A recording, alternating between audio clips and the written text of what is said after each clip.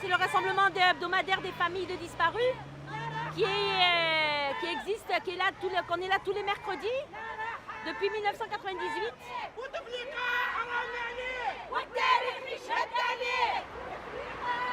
Ce sont des personnes qui ont été arrêtées dans les années 90 dans le cadre de la lutte antiterroriste. Ce sont des personnes qui ont été arrêtées de leur domicile. Mon fils a été arrêté dans la rue, dans le quartier, dans la cité. Moi, on m'a pris mon fils, je demande où est mon fils. Maintenant, ils disent que tout le monde est mort, qu'ils me rendent son corps. Je voudrais voir celui qui a pris mon fils en face et lui dire, maintenant, t'es content d'avoir fait ça?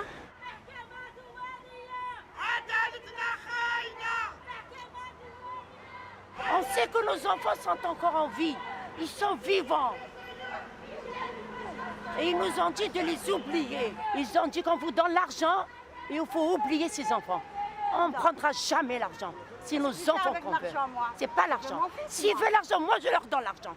Mais je veux mon fils.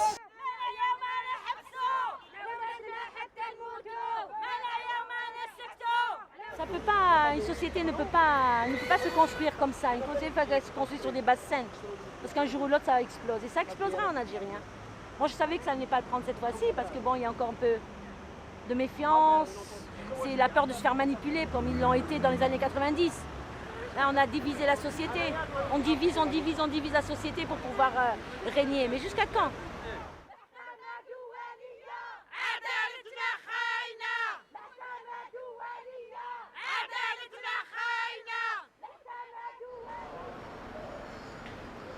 C'était terrible parce que j'étais vraiment au bord de la dépression nerveuse.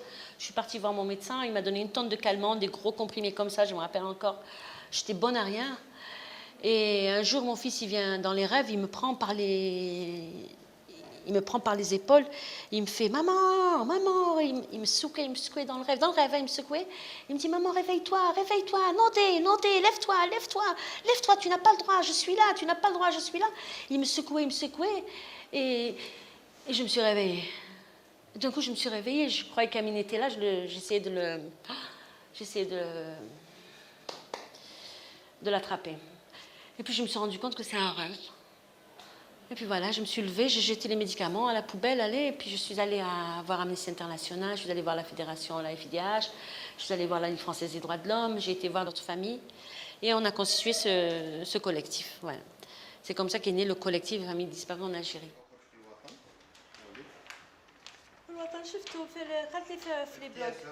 Les Algériens savent que c'est les généraux qui gouvernent le pays. Les Algériens savent que c'est eux qui ont bouffé le pays, que ce sont les généraux qui bouffent le pays, qui se sont remplis les poches. L'argent du pétrole, ça va dans leurs poches, ou dans leur compte en banque en Suisse et aux États-Unis et partout. Ils le savent, ça. Et là, pour ça, ils vont être solidaires. Si demain on dit pour les généraux, pas Bouteflika, Bouteflika, il leur a apporté la paix. Mais si on dit les généraux, oui, je pense qu'ils vont marcher. Mais qui aura le courage de le dire, je ne sais pas.